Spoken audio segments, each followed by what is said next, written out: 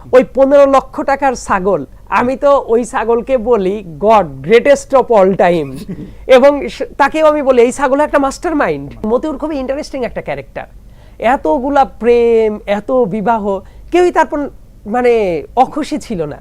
মানে such a loving character he is, যে সবাইকে খুশি রাখতে পেরেছে এমন প্রেমিক পুরুষ বোধহয় খুবই বিরল। রাফসানের মতো এলিট সোসাইটির যারা বিলং করে তারা শেখ হাসিনার ইলেকশনের প্রমোশন চালাচ্ছিল। ছাগল কাণ্ডের ঘটনা যেটা আপনি প্রথম তদন্ত করে বের করে এনেছিলেন, এটা কিভাবে করেছিলেন এবং কেন করেছিলেন যদি একটু আমাদের দর্শকদের বলেন। এই মুহূর্তে বলাটা কিন্তু অনেক সহজ, কারণ এখন সবাই কথা বলতে পারে, সব জায়গায় সবকিছু বলা যায়, কিন্তু ওই সময়ের প্রেক্ষাপট যদি বিবেচনা করা যায় এইটা কিন্তু খুবই মারাত্মক একটা ভীতিকর ব্যাপার ছিল। কারণ আমার কাছে মনে আছে যে মুহূর্তে এই কাজটা করি, আমার পর ক্রমাগত সাইবার অ্যাটাক হচ্ছিল, আমার প্রাণনাশের হুমকি দেওয়া হচ্ছিল, বিভিন্ন এজেন্সি থেকে থ্রেট ছিল, এবং ওই মুহূর্তটা কিন্তু বর্তমানের কনটেক্সটে মেলালে মনে হবে যে আরে এটা তো বলাই যায়, কিন্তু ওইটা করার কারণে আমার জীবনের পর যে ঝুঁকি তৈরি হয়েছিল এখনো ভাবলে খুবই বাজে, একটা গা শিউরে ওঠে এখনো। তো মতিউরের ছাগলকাণ্ড করার আগে, তার আগে যেহেতু একজন ইউটিউবার হয়েছে ছিল রাফসান দা ছোট ভাইয়ের অডি গাড়ির তদন্তটা বের করি আমি, ওইটা করার পরেই একটা হিউজ একটা মানুষের ভেতরে একটা অ্যাটেনশন বা শোরগোল যেটা আসলো। তো তারপর থেকেই আমি চিন্তা করেছিলাম যে একের পর এক দুর্নীতির কাজটা করতে হবে, এবং অনেকেই হয়তো বা এইটার পর এই কাজগুলোর পরে আমাকে ব্যাপকভাবে চিনতে শুরু করেছে, কিন্তু আমি কিন্তু অনেক আগ থেকেই এই সরকারের বিরুদ্ধে, মানে সরকার মানে তো ফ্যাসিবাদী একটা রেজিমের বিরুদ্ধে অ্যাক্টিভিজম করা মানুষ, রাজপথেও ছিলাম ক্রমাগতভাবেই, আবার একই সাথে বিভিন্ন দুর্নীতি সবকিছু নিয়ে কথা বলতাম।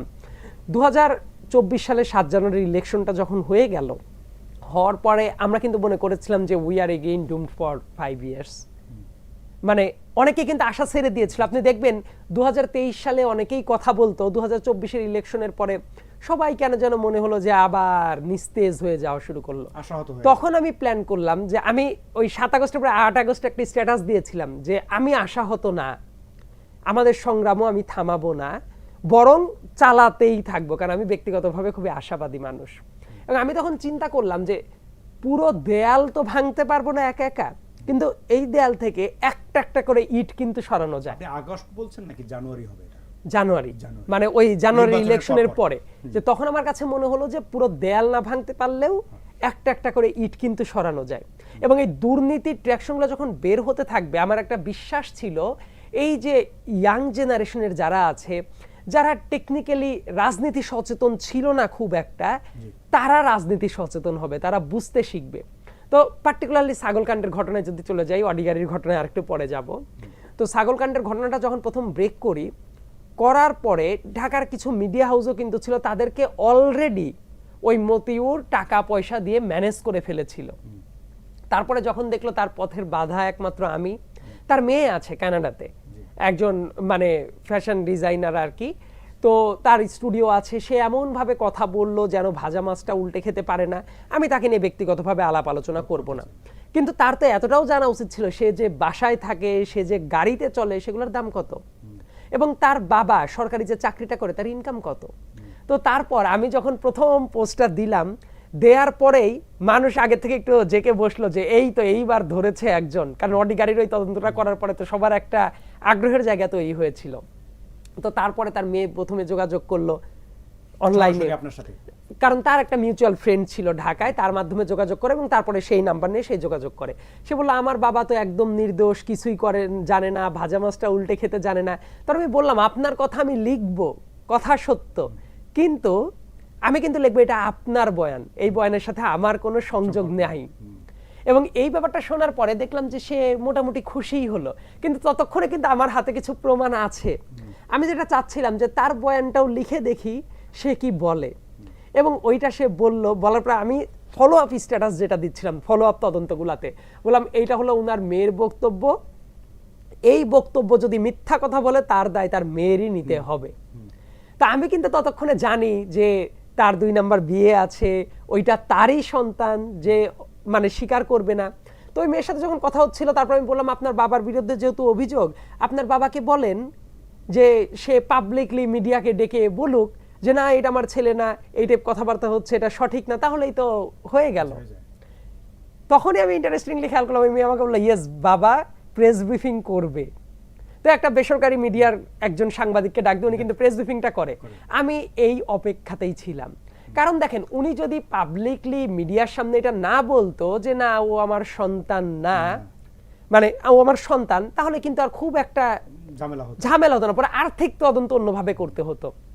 কিন্তু আমি চাচ্ছিলাম উনি এটা স্বীকার করুক যে এটা আমার সন্তান না, আমি এদেরকে চিনি না, কারণ ততক্ষণে তো আমার কাছে একেবারে ক্লিয়ার কাট এভিডেন্স আছে, এনআইডি কার্ড আছে তাদের, বিভিন্ন জায়গায় যে ওই মতিউর, যে ওই যে ইফাত নামের যে ছেলেটা আছে থানায় আটকে আনো হয়েছে, তাকে সারাতে গিয়েছে, এবং বিভিন্ন ব্যক্তি যারা ওই বাড়িতে প্রাইভেট পড়িয়েছে তাদের সাথে আমি কথা বলেছি, ওই মেয়েকে, তার যে আরেকটা মেয়ে ছিল ইফাতের বোন ইফতিমা, তাকে পড়িয়েছে, তাদের সাথে আমি যোগাযোগ করেছি, আমি কিন্তু মিন টাইম জানি। তো মতিউর যখনই এইটা স্বীকারোক্তি দিয়ে দিল যে না আমি চিনি না, এই ছেলে আমার না, অপপ্রচার, আমি সাথে সাথে একের পর এক প্রমাণ উপস্থাপন করা শুরু করলাম, কারণ ওই জায়গার পরে তাহলে মতিউরের তো আর কোনো কিছু বলার ছিল না। ইন দ্য মিন টাইম এই তদন্তটা যখন করি, এই তদন্তটা করার আগে আপনারা দেখবেন যে ফোনের, আপনারা জানেন এখন এআই জেনারেটেড কিন্তু অনেক কিছু আছে, সো একজনকে নিয়ে যদি আপনি সার্চ করতে থাকেন আপনি কিন্তু অনেক কিছু পাবেন। ওই 15 লক্ষ টাকার ছাগল, আমি তো ওই ছাগলকে বলি god greatest of all time, এবং তাকেও আমি বলি এই ছাগল একটা মাস্টার মাইন্ড, বাংলাদেশের রাজনীতি সচেতন করে তুলেছে বাংলাদেশের মানুষকে এই ছাগল কাণ্ডের, এই যে একটা হুলস্থুল কাণ্ড বেঁধে গেল। দেখবেন এই ছাগলের জন্য সবকিছু ধ্বংস হয়ে গেছে। ওই সাদেক অ্যাগ্রো ফার্ম, তাদের দুর্নীতি এক্সপোজ হয়েছে, মতিউর এক্সপোজ হয়েছে, ইফাত এক্সপোজ হয়েছে, কিন্তু দিন শেষে ছাগলটার কোরবানি হওয়ার কথা ছিল, ছাগলটাই বেঁচে আছে, এখনো বেঁচে আছে। সো একটা অবিস্মরণীয় ঘটনা। তো ওই ছেলে শুধু কিন্তু এই 15 লাখ টাকা দিয়ে ছাগল কিনেছে ব্যাপারটা এরকম না।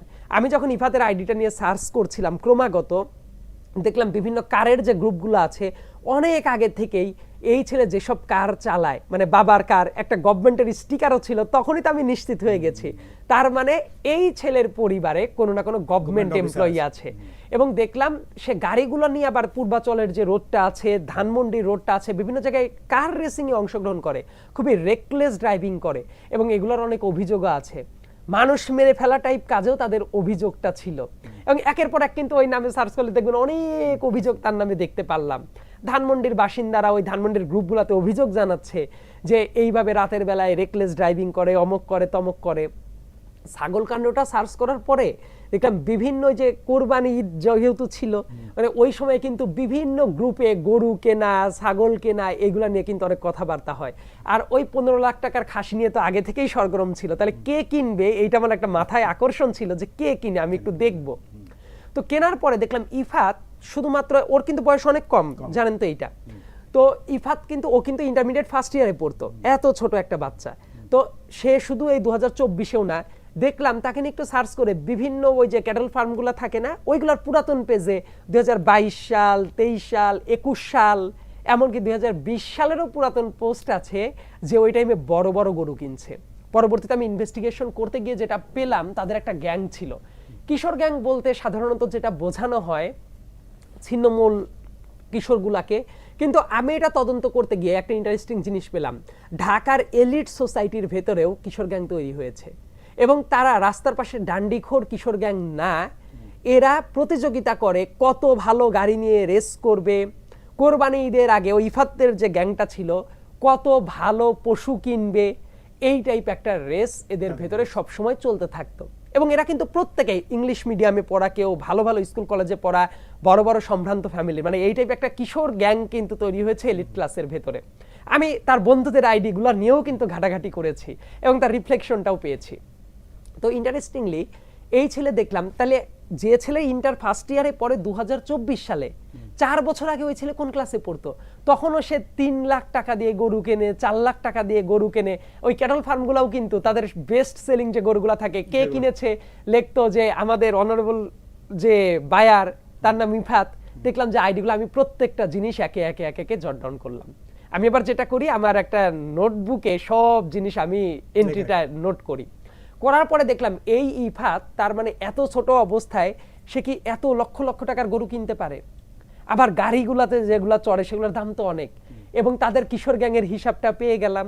প্রত্যেকটা জিনিস জট ডাউন যেটা করে যেটা পেলাম যে এই ছেলেকে আর্থিকভাবে সহায়তা করে কে, এবং খুঁজে পেলাম ওই যে আগের থেকে মাথায় ছিল যে সরকারি চাকরি করে এমন একটা গাড়ি, গভর্নমেন্ট স্টিকারটা আছে।